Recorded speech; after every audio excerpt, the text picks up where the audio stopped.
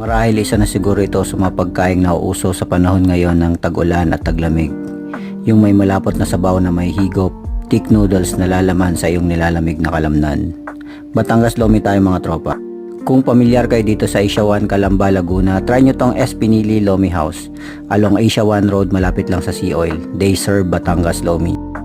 Hindi ito yung overload Lomi na sa sobrang dami hindi mo naman nauubos. Ito lang yung sakto lang yung serving pero sulit naman yung lasa. Quality over quantity, ika nga. Thick broth na malinamnam, thick noodles na malasa na sinahugan ng lechong kawali at konting atay. Samahan mo na rin ng itlog. Di rin siya ganun kamahal. For 90 pesos, medium serving bowl na parang pang good for 2. Hindi man ito kayang pigilan ng pagbuhos ng ulan or itaboy ang bagyo, pero isa lang ang sigurado, kaya nitong i-comfort ang nilalamig na kalamnan mo. Kaya ano pang hinihintay mga tropa? Tara na at mag food trip tayo!